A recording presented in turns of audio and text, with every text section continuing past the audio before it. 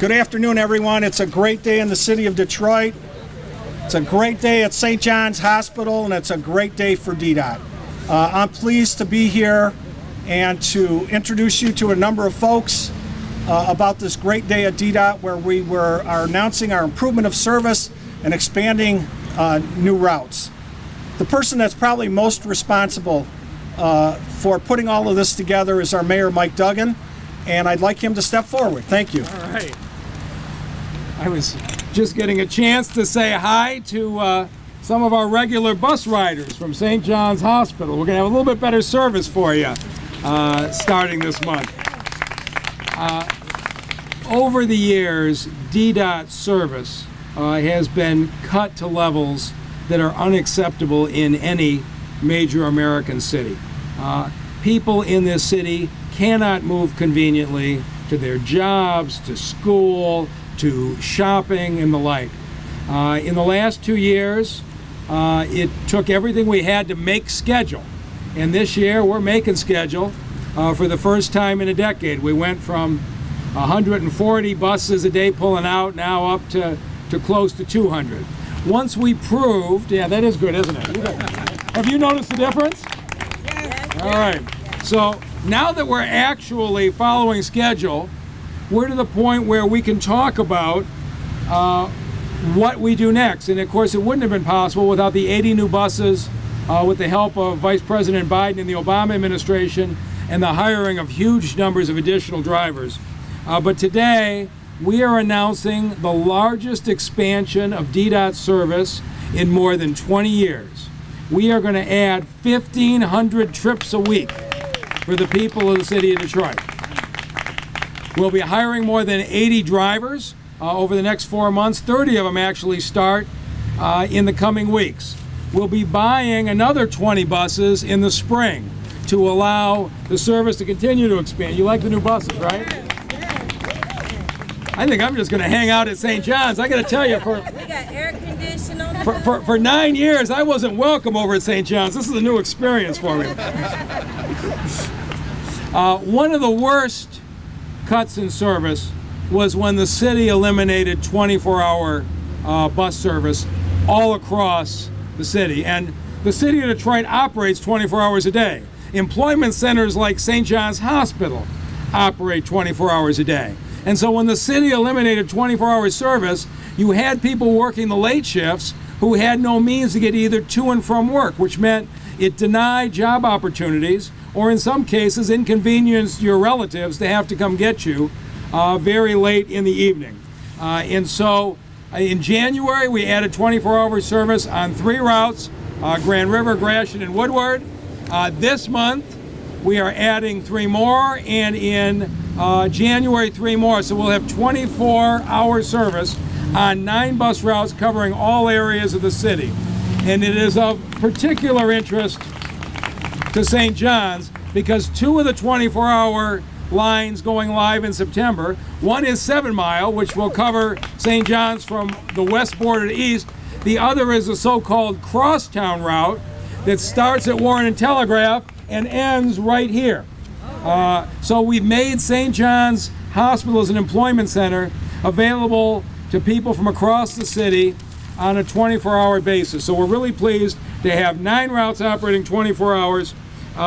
The other thing is, for many people who go to work in the downtown and midtown area, it can be an hour each way commute. People are having to get up, leave their children much earlier, get home to their families much later, because all we've offered is local service. We are adding 5 express employment center routes that will run into the midtown and downtown employment centers and cut a half hour off these trips. So it will make it far easier for people to get to their jobs. We know what is happening to parking rates in downtown and midtown. It's getting very expensive. And so we need to make those jobs available to people by bus. And with the addition of the 5 employment express routes, that will also be possible. We're also cutting the frequency, or the delays, I should say. We're increasing the frequency and cutting the gaps on Michigan and Jefferson. Right now, you wait 40 minutes for a bus on Michigan. We're cutting that to every 20 minutes. On Jefferson, We run right now every 20 minutes. We're cutting that to every 15 minutes. So that's what happens when you add 1,500 trips a week. You can start to steadily improve services.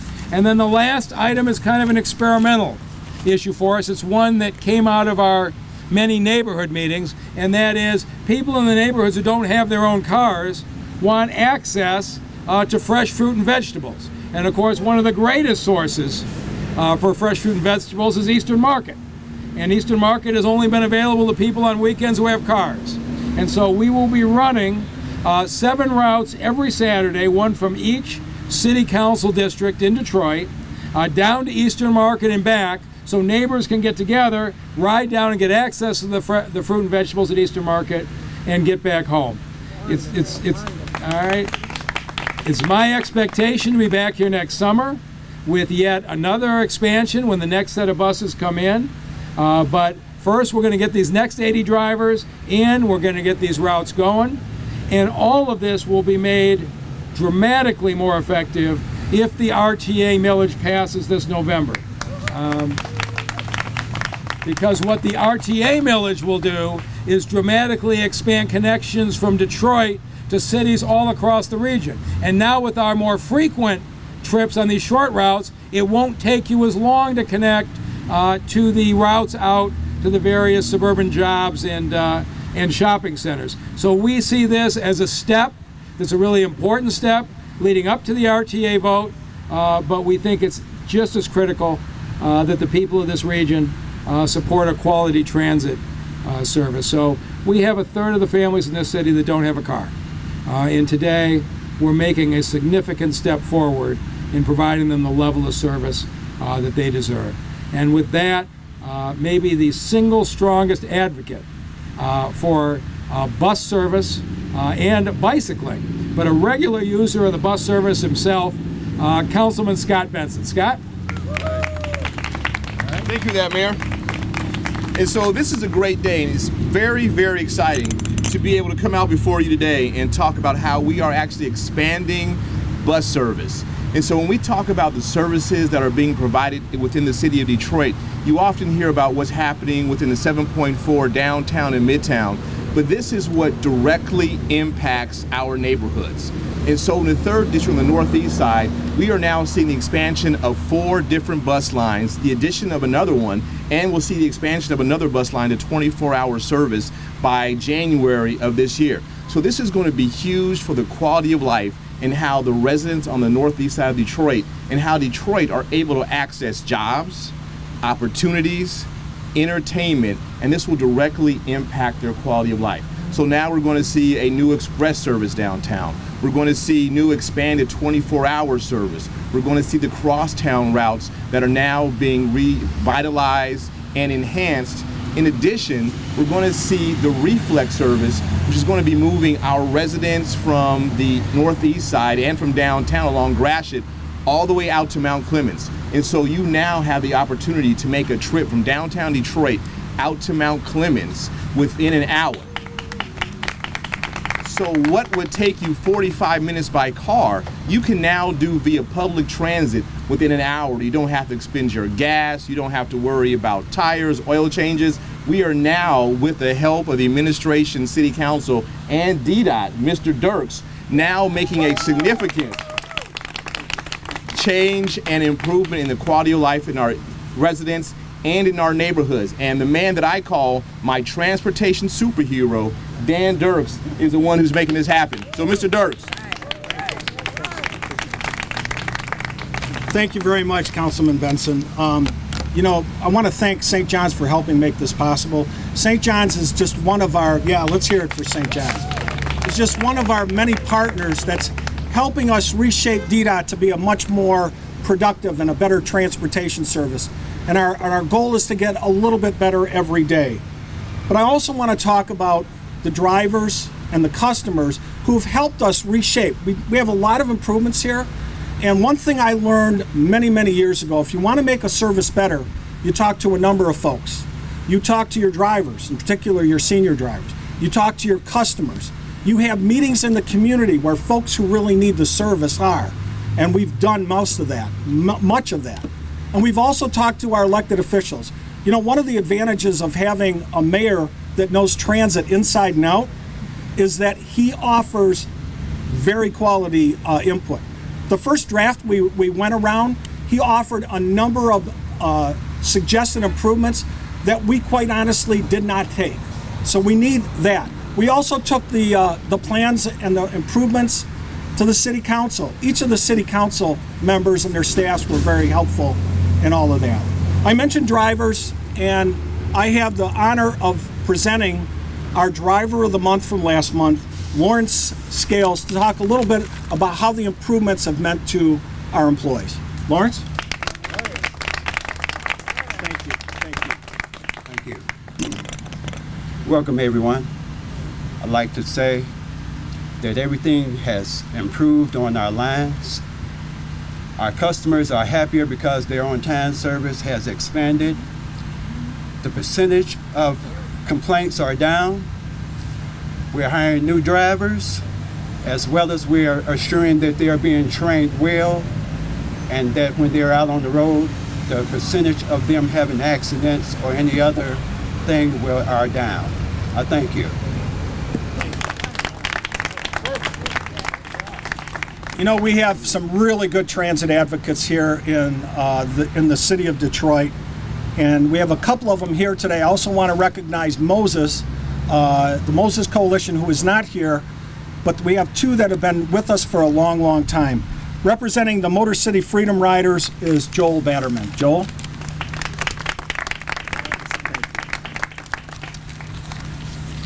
Good afternoon. I'm Joel Batterman with the Motor City Freedom Riders.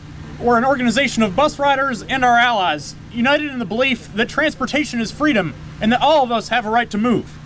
When we were founded 2 years ago, one of our first campaigns was a petition to the mayor, asking him to place DDOT performance information on his Detroit dashboard so citizens could track the progress being made toward improving bus service. Today, we're very happy that not only is DDOT on the dashboard, but that it shows that the proportion of buses getting out on the streets has dramatically improved. And at long last, this year, after the terrible cutbacks of the previous administration, we're finally getting service restored on a number of routes, including the 24-hour service that so many people need. I live on West Grand Boulevard, and the Dexter bus stops right outside my door, so I'm particularly happy that we're seeing restored 24-hour service there. We're very hopeful, too, that come January, after a late night at the office, the mayor will be taking advantage of the new night owl service on Jefferson to make his way home in the early hours of the morning. There is, of course, much more to be done. And like the mayor, we're very hopeful that the regional transit ballot measure will be approved by voters this November, providing millions in new funding for expanded DDOT service, as well as regional rapid transit. Today, however, we thank the mayor, Dan Dirks, and all the hardworking DDOT employees who've made this round of improvements possible. Thanks very much. Thank you, Joel. The next speaker is Megan Owens. Megan is from Transportation Riders United and has been a long advocate for many years and a good supporter of DDOT. Megan? Hi. Thank you so much for this opportunity. This is a wonderful day. Transportation Riders United has been working since 1999 to ensure that we have more and better public transportation across the greater Detroit area. For much of the last 10 years, we were seeing cuts and riders were struggling to get where they needed to go. Now, for the last year and more, we applaud, thanks to the work of the mayor, of Mr. Dirks, the city and the DDOT staff, we have seen huge steps in the right direction, great improvements in the timeliness of service, and now some excellent expansions that will make it faster and easier for people to get all around the city of Detroit. We are also very pleased that DDOT and the city has been working with the Regional Transit Authority and their friends at SMART to launch a new reflex service that will make it easier to connect all the way along the lengths of Woodward and Gratiot with seamless transfers, seamless travel without transfers at the city's borders. And we are very excited about the opportunity that the regional transit plan can offer to expand transit all throughout, not only Detroit, but Wayne, Oakland, Macomb, and Washtenaw counties when folks support the ballot measure on November 8th. So thank you so much for everyone involved in making these steps forward. And I look forward to much greater improvements for many, many years to come. Thank you. I mentioned St. John's, and we see just from the folks back here, I think we have half of St. John's Hospital behind us who use our service. And while I was standing back there, I was reminded to tell you how much they appreciate our drivers and how well they've been doing, and how much the service has meant not only to them, but to helping our drivers do the good job that they do. St. John's has been a real partner for many, many years for DDOT. They've helped us in terms of maintaining bus stops in the area. They've gotten information to their employees on the service. And here today, they're showing their continued support.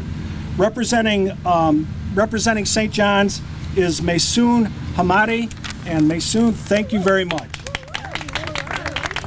Thank you. Good afternoon, everyone. It's my pleasure to be here today. I am here on behalf of our entire Touchpoint Support Service team for St. John Hospital and Medical Center to thank the city and the mayor for expanding this service, which is going to be so beneficial for our entire team. By expanding these services, we are not only going to be creating greater opportunities for our teams to make it to work every single day, but we can expand our services even greater now. One of our struggles is our third shift, especially at night, especially in the winter. With this expansion, we're going to be able to expand this team, which is going to be able to support our wonderful hospital and improve patient care. More than 20 to 30% of our teams use this service every single day. So this is going to be very, very, very great for us, and we're very, very thankful to the mayor and to the city of Detroit. And on behalf of the entire team, thank you very much.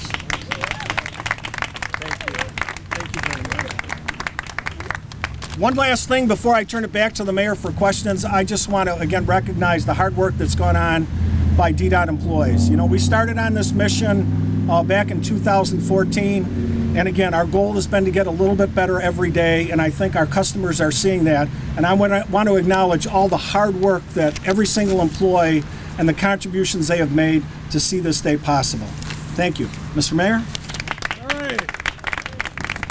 Anybody have any questions? Yes, sir.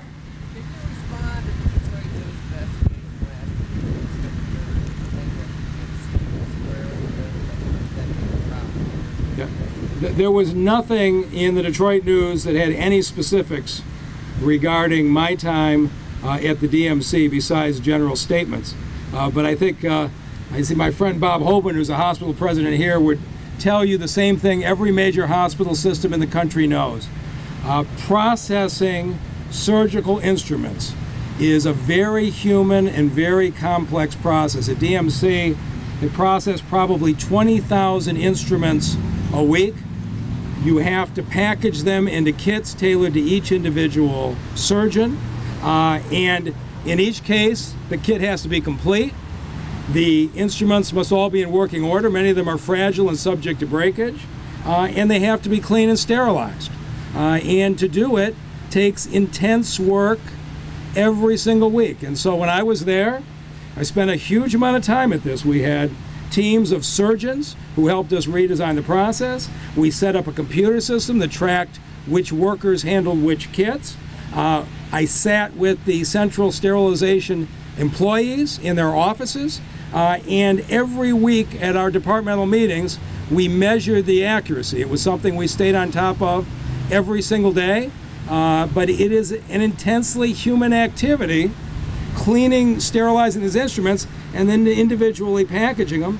You got to be vigorous every day. It's a challenge for every hospital system in the country. I took it very seriously when I was there. I don't have any information as to what's going on, but if you look at the individual reports, none of them related to the time I was there. When I was there, I took the issues very seriously. Anybody want to ask about buses? Yes? Where's the funding for this coming from? This is one of the benefits of the bankruptcy, is the money coming out of the bankruptcy and the plan of adjustment was there for this level of service. Our problem was that we didn't have enough buses or drivers even to provide the service that was already on the schedule.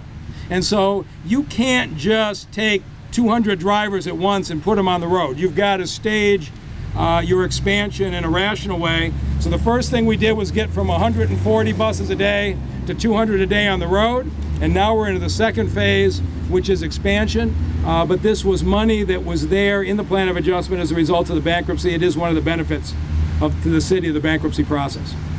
Yes? The bus union talks about the need to have faster pickup times on inner city routes. Right. Does this address the concerns they have, or is that separate and it'll come later? They're right. We need to cut the times along many of these routes. And so if you look at what order we're going in, I would tell you the people who worked the midnight shift here who had no bus service late at night would tell you the most urgent priority was to get 24-hour service so you could get there. The next priority is going to be to start to cut the gaps between them. So as I say, Michigan, we cut from 40 to 20. It was our most critical need. Jefferson from 20 to 15. I expect to come back this summer if our finances hold as they look right now and do another service expansion when we get 20 more buses, we hire more drivers and continue to cut those times. So my hope is we'll be standing here 6 months from now and talking about the next phase, but I completely agree with the drivers. And you can ask our passengers, do the buses come often enough? Yes. Some of them are loyal, but other questions? All right, thank you all very much for coming out.